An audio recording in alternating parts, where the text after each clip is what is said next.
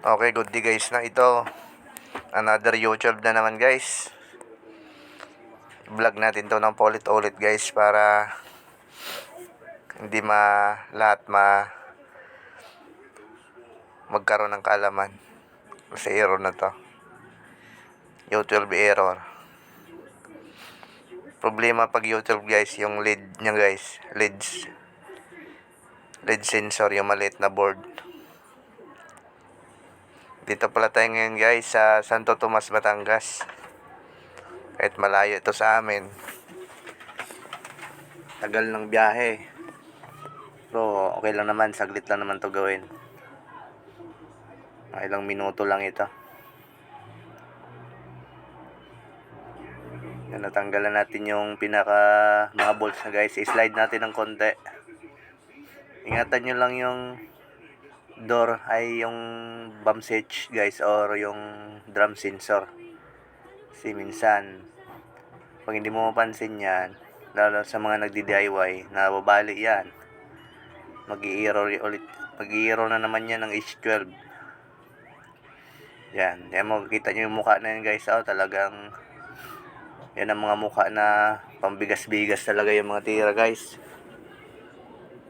Yan, nakuha na natin guys.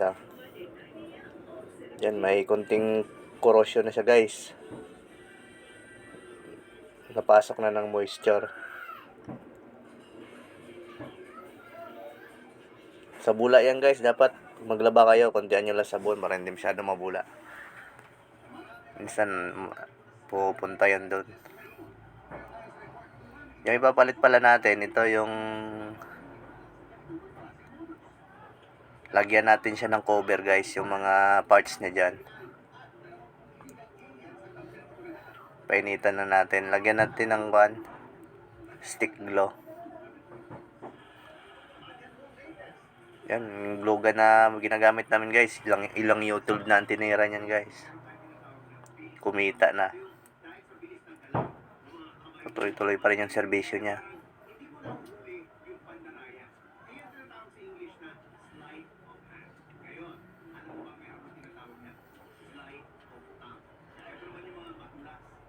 Yan, lagyan lang namin yan guys para magkaroon naman siya ng protection sa mga moisture.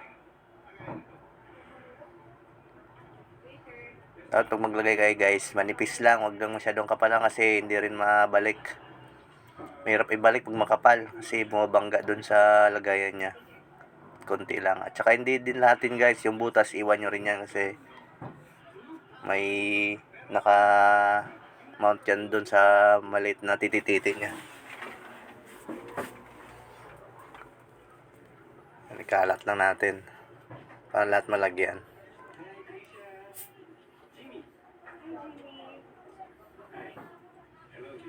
Kasi may ginawa kami niya na nakailang backjob kami, pabalik-balik kami. Panay sira talaga yung pinapalit namin, ilang buwan lang. Yung ginawa namin doon, nilagyan namin ng glue yun. Doon na siya tumagal.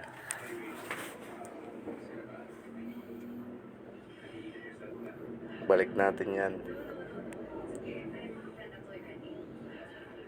So hindi pa pala nakasubscribe sa YouTube channel natin guys, isubscribe nyo ako guys para baka may videos dito kami na ilalabas na tulad na sira ng washing nyo, or mga technician kayo na tulad din yung ginagawa niya sa nagagawa namin, magkaka-idea tayo. Yan, ganyan, itesting natin. Testing natin kahit nakaganyan. Yun yung pinaka bump switch niya guys. Dapat ingatan natin yan na mabali pag tanggal sa pagbalik. Yan, okay na guys, umikot na siya.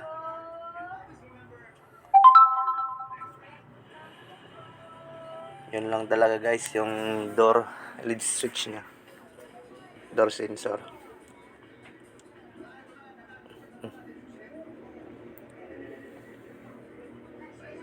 Okay na ito guys.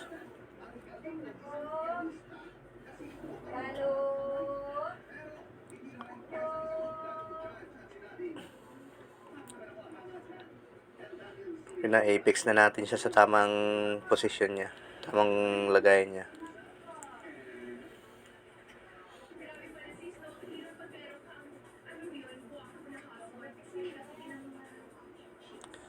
Bago pala natin iwan to guys, i-testing natin pati sa wash tsaka spin. Kasi baka pag galaw-galaw natin dyan, nabunot yung mga hose ng sensor. Para malayo pa naman guys, malayo mag back jump. Okay na to, maraming salamat sa panonood.